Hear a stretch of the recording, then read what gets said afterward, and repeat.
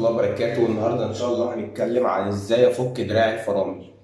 دراع الفرامل بتاع العجله الرود ازاي افكه، او الدراع اللي هو اللي بيبقى نازل كده لتحت. ازاي افك الدراع دون، وطريقه فكه سهله جدا وبسيطه. راح تتابعوا معايا بس وانتوا تفهموا كل حاجه. اول حاجه هنسحب الكاوتشه دي. الكاوتشه دي كده هنبنيها لقدام شويه. تمام. هو بس الرخم فيه بس ان انا بفك الجادونيكس، او ممكن ما افكش الجادونيكس. يعني انا دلوقتي لو هحركه من مكانه هفك الجادونيكس، لو هفكه خالص هفك الجادونيكس. لكن انا دلوقتي هوريكم بس. ان شاء الله في فيديو تاني هوريكم ازاي تركب الجادونيكس ده بطريقه سهله جدا. بس احنا دلوقتي انا هوريكم ازاي بس افكه من مكانه واحركه من مكانه بس. اول حاجه هنعملها، في سن صغير كده في الجنب، في سن صغير اهو عند دراع الفرامل تحت، السن الصغير اللي تحت. حاجه عند السن الصغير دوت، وراح جايب اي حاجه وراح ضاغط بيها، مثلا قلنتي صغير بس، وراح ضاغط بيه.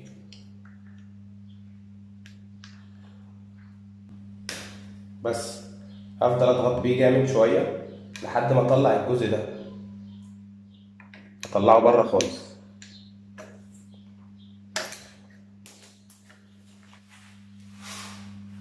لحد ما اطلع الجزء ده. شايفين الجزء ده؟ الجزء دوت هو اللي زانق المفصل ده. طلعته تمام. بس الدراع دون بيتفتح لفوق كده. طالما الدراع ده اتفتح لفوق كده، المسمار جوه اهو. مش عارف باين عندكم ولا ايه، في مسمار الانكيه جوه.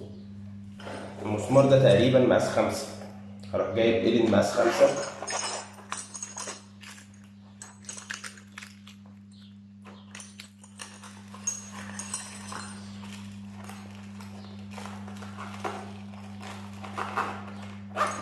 تمام.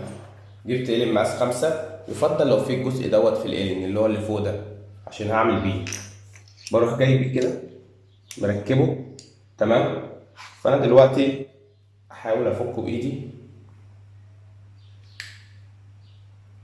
مش راضي يتفك. فهضطر إن أنا أجيب بنسة أو قصافة. رحت جبت قصافة أهي، أروح جايب القصافة وأروح فاكك. أثبت بس الألانكي في مكانه وأفك.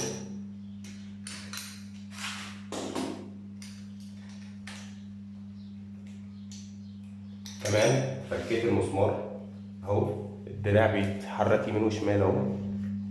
الدراع بيتحرك يمين وشمال كده. انا فكيت يعتبر الدراع. لو هويت تاني المسمار الدراع يتفك خالص. ولو عايز اخرجه بره اخرجه بره، وعايز انضفه من جوه هنضفه.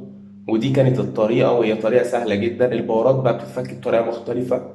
لو معاك باور، الباور بيبقى لو عريت الكاوتشه ديت اللي ورا دي، في كاوتشه ورا اهي.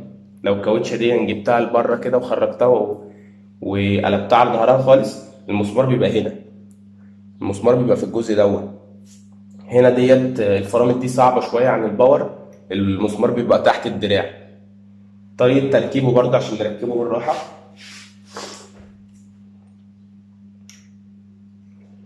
هنروح جايبين الإيلين زي ما عملنا،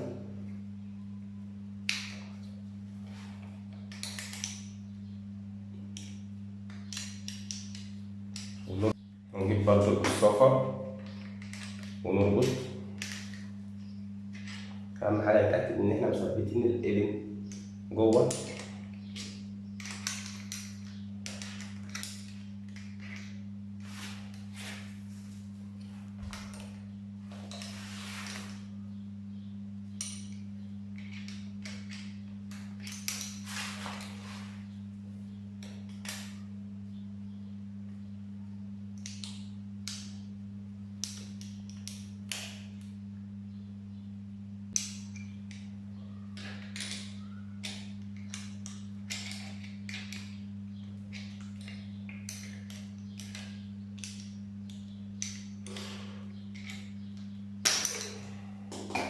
تمام.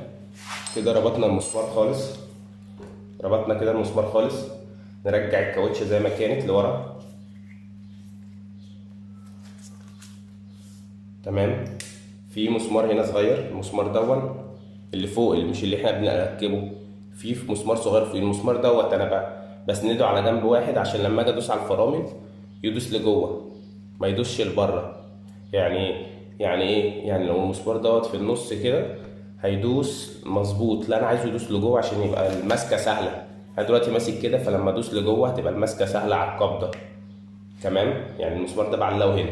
دي الحاجه التانيه، اتاكد اول حاجه ان في سلك جوه بتاع الفرامل، اتاكد ان السلك ده مشدود على اخره. تمام؟ شديته على اخره، اعدل كده، اروح جايب دي اللي احنا خلعناها واروح حاططها وابص عليها كويس ورا بحطها عشان احطها صح.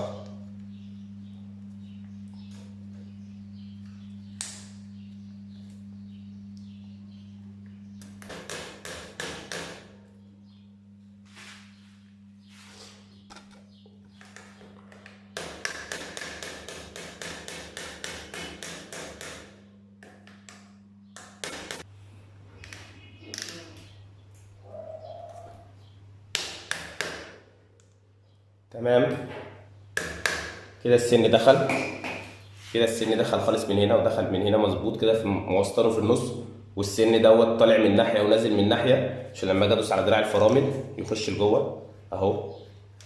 انا الفرامل بتاعتي شديدها شده حلوه، فايه بدوس الدوسه بتاعتها صغيره قوي كده. وكده يبقى خلصنا الفيديو ازاي تفك وتركب دراع الفرامل. ما تبخلش عليا بلايك وشير واشترك في القناه عشان هتعجبك ان شاء الله المحتوى بتاعنا.